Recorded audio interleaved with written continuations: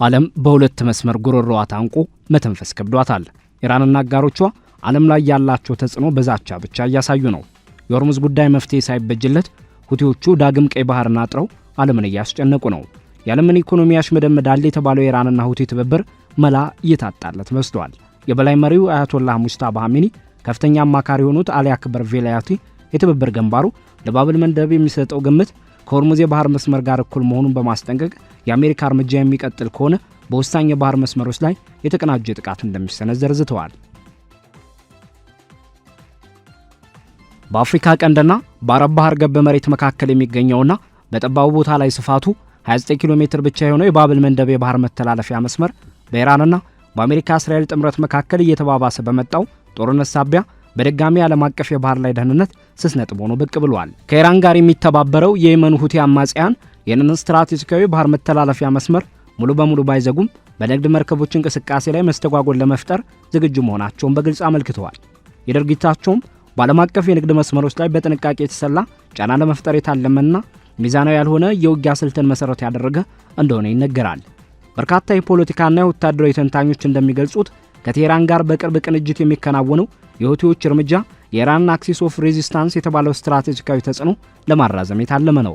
ከፍተኛ የሁቲ ባለስልጣን የሆኑት መሐመድ መንሱር በሰጡት መግለጫ በኢራንና በሊባኖስ ላይ የሚሰነዘረው ጥቃት የሚቀጥል ከሆነ ወይም ማንኛውም የባህረ ሰላጤው ሀገር በቀጥታ በወታደራዊ ዘመቻ ውስጥ ከተሳተፈ የባህር መስመሩን መዝጋት አሁንም እንደ አማራጭ ተቀምጧል ሲሉ አስታውቀዋል። ኢራንም በበኩሏ እነዚህን ምልክቶች ይበልጥ እያጎላች ትገኛለች። የበላይ መሪው አያቶላህ ሙጅተባ ኻሜኒ ከፍተኛ አማካሪ የሆኑት አሊ አክበር ቬላያቲ የትብብር ግንባሩን ለባብል ማንደብ የሚሰጠው ግምት ከሆርሙዝ የባህር መስመር ጋር እኩል መሆኑን በማስጠንቀቅ የአሜሪካ እርምጃ የሚቀጥል ከሆነ በወሳኝ የባህር ድንበሮች መስመር ላይ የተቀናጀ መስተጓጎል እንደሚፈጠር በተዘዋዋሪ አመልክተዋል። የዚህ የባህር መተላለፊያ መስመር አስፈላጊነት በምንም አይነት መስፈርት በቀላሉ የሚታይ አይደለም። ከዓለም አቀፉ የባህር ላይ ንግድ እንቅስቃሴ ውስጥ 12 በመቶ የሚሆነውና ከፍተኛ መጠን ያለው የነዳጅ ጭነት በባብል ማንደብ በኩል አልፎ ወደ ስዊዝ ካናል ይጓዛል። የሁቲዎች ወታደራዊ እንቅስቃሴ ከመባባሱ በፊት በቀን በአማካይ 8.7 ሚሊዮን በርሜል ድፍድፍ ነዳጅና የነዳጅ ተዋጽኦች በዚህ መስመር በኩል እያልፉ ነበር። ሆኖም ከጋዛ ግጭት ጋር በተያያዘ በተፈጸሙ ተከታታይ ጥቃቶች ሳቢያ የቁጥር በግማሽ ቀንሶ ወደ 4 ሚሊዮን በርሜል ዝቅ ብሏል። በተለይም እንደ ያምቡ ባሉ ወደቦች በኩል የሚላከው የሳውዲ አረቢያ የደቡብ አቅጣጫ ኤክስፖርት በእጅጉ የተጎዳ ሲሆን የመርከቦች የጉዞ መስመራቸውን እንዲቀይሩና ለዓለም አቀፍ የነዳጅ ዋጋ መናር ራሱን አስተዋጽኦ አድርጓል። በአሜሪካ አደራዳሪነት ከሁቲዎች ጋር የተኩስ አቁም ስምምነት ከተደረሰ በኋላ እነዚህ የንግድ እንቅስቃሴዎች በትንሹም ቢሆን አገግመው ነበር። ነገር ግን አሁን የተንቀሳቀሰው ቀጠናዊ ጦርነት ያንን መሻሻል ወደ ኋላ መልሶታል። የሁቲዎቹ የኃይል ሚዛኑን የመቀየር አቅም በ2015 ከየመን እርስ በርስ ጦርነት መጀመሪያ ወዲህ ካዳበሩትና ካሻሻሉት የጦር መሳሪያ ክምችት ነው። በባብል መንደብ አቅራቢያ የተሰነዘረውና የአሜሪካዋን ዩኤስኤስ ሜሰን የተባለች የጦር መርከብ ላይ የተሰነዘረው ጥቃት ለሁቲዎች የባህር ላይ እንቅስቃሴ መጀመሪያ ነበረ። ቡድኑ ከኢራን የሚቀርቡለትንና በሀገር ውስጥ የተሻሻሉ የጦር መሳሪያ ስርዓቶችን ወደ ከፍተኛ ደረጃ አሸጋግሯል። ይህም ከየመን ምዕራባዊ የባህር ዳርቻ ከ300 ኪሎ ሜትር በላይ ርቀት ላይ የሚገኙ ኢላማዎችን መምታት የሚችሉትን እንደ ቁድስና አሴፍ ያሉ መርከብ መቼ ባላስቲክና የክሩዝ ሚሳይል አይነቶችን ያካትታል።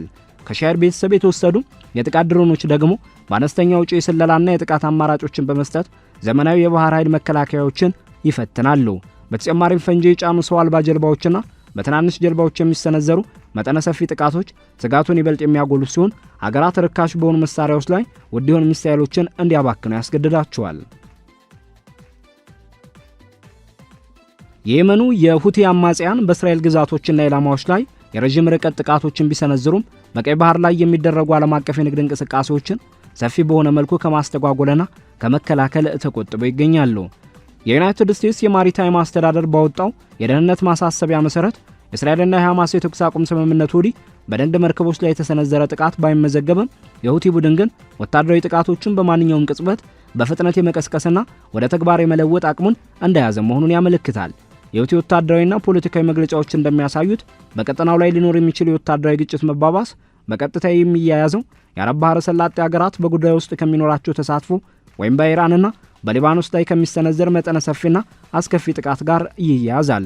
የአይነቱ የሁቲዎች አቋም ከቴህራን ስትራቴጂካዊ ፍላጎት ጋር የተጣጣመ ሲሆን ይህም የውጭ ተላላኪ አካላት በኢራን ላይ የሚሰነዘረውን ዓለም አቀፋዊ ጫና ከፍ እንዲያደርጉ መፍቀድ፣ በሌላ በኩል ደግሞ ኢራን በቀጥታ በጦርነት ውስጥ ሳትገባና ኃይሏን ሳታባክን ጥቅሟን እንድታስከብር የሚያስችል ስልት ነው። በዚህ ፖለቲካና የወታደራዊ ውጥረት ሳቢያ የሚፈጠረው የኢኮኖሚ ንዝረት ከቀጠናው አልፎ በመላው ዓለም ላይ የሚሰማ መሆኑ አያጠራጥርም። መርከቦች የጉዞ መስመሮቻቸውን በመቀየራቸው ምክንያት ተጠቃሚ የሚሆኑ ወደቦች ለምሳሌ ያህል በአፍሪካ አህጉር ውስጥ ግዙፉ የኮንቴነር ማስተናገጃ ተቋም የሆነው የሞሮኮ ታንጀር ሜድ ወደ ወደቡ የሚመጡ የመርከቦች ቁጥር በከፍተኛ ሁኔታ እንደሚጨምር ግምቱን አስቀምጧል። መርከቦች በደቡብ አፍሪካው የኬፕ ኦፍ ጉድ ሆፕ የሚሰሩት የረጅም ጉዞ ወደ ወደቡ ለመድረስ ከ10 እስከ 14 ተጨማሪ ቀናትን የሚጠይቅ ሲሆን የዚህም ሙሉ ተጽዕኖ እስከ ቀጣዮቹ ወራቶች ድረስ በግልጽ ይታያል ተብሎ ይጠበቃል። ከዚህ የደህንነት ስጋት ጋር በተያያዘ ከፍተኛውን ጫና እያስተናገደ ያለው የኮንቴነር ጭነት ንግድ ዘርፍ ነው። በስዊዝ ካናል በኩል የሚያልፉ መርከቦች ቁጥር በ2023 ከነበረበት 2068 ጉዞዎች ወደ 877 አሽቆልቁሏል። የዓለም አቀፉ የኃይል ወይም የነዳጅ ገበያ ለዚህ አይነቱ ውጥረት በቀላሉ የሚነካ መሆኑ በተደጋጋሚ እየታየ እውነታ ነው። በቀይ ባህር ዳርቻ ላይ በምትገኘው የአምቦ ወደብ በኩል ነዳጅን ወደ ውጭ የምትልከው ሳውዲ አረቢያ ለዚህ ስጋት በቀጥታ የተጋለጠች ሀገር ናት። ማንኛውም የሁቲ አማጽያን በነዳጅ ጫኝ መርከቦች ላይ የሚሰነዘሩት ጥቃት ቀድሞውኑ በኢራን ወታደራዊ እርምጃ ምክንያት ተዘግቶ ከሚገኘው የሆርሙዝ የባህር መስመር ቀውስ ጋር ተዳምሮ የከፋ መዘዝን ሊያስከትል ይችላል። የሆርሙዝ መስመር መዘጋት ብቻውን ከዓለም አቀፍ የነዳጅ አቅርቦት ውስጥ 1/5 የሚሆነውን ድርሻ በእጅጉ ገድቦታል።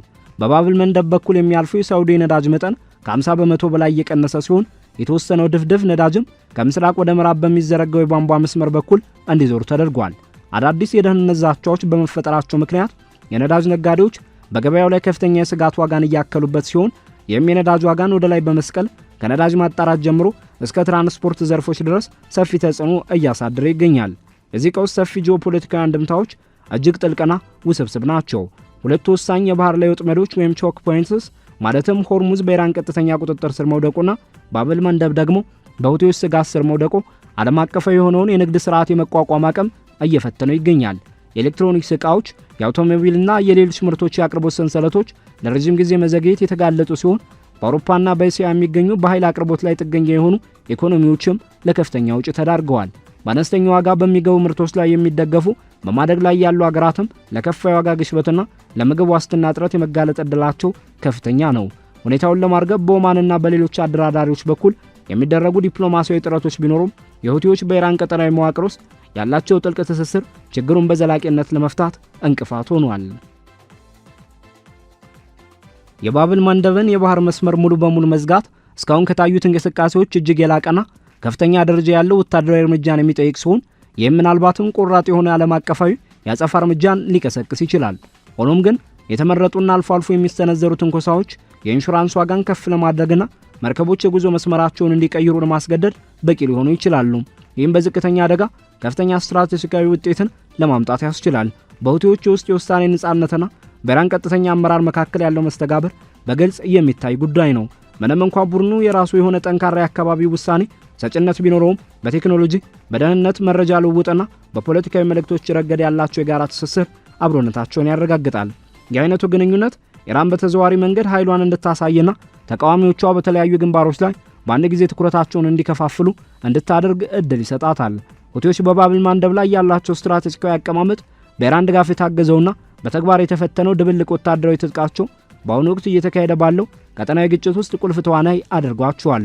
ይህን ጠባብ የባህር መስመር እንደ ጫና መፍጠሪያ መሳሪያነት የመጠቀም ወይም የመተው ውሳኔያቸው በቀይ ባህር ደህንነት ላይ ብቻ ሳይሆን በዓለም አቀፍ የንግድና የኃይል ደህንነት ላይም ለረጅም ጊዜ የሚዘልቅ ተጽዕኖ ይኖረዋል። የመርከብ ኩባንያዎች፣ የኢንሹራንስ ሰጪዎችና መንግስታት አቋማቸውን ዳግም እያስተካከሉ ባሉበት በዚህ ወቅት የዓለም የኢኮኖሚ ደም ስር መስመሮች በዚህ ሚዛናዊ ባልሆነ ወታደራዊ ጫና ምክንያት አሁንም በከፍተኛ ውጥረት ውስጥ ይገኛሉ።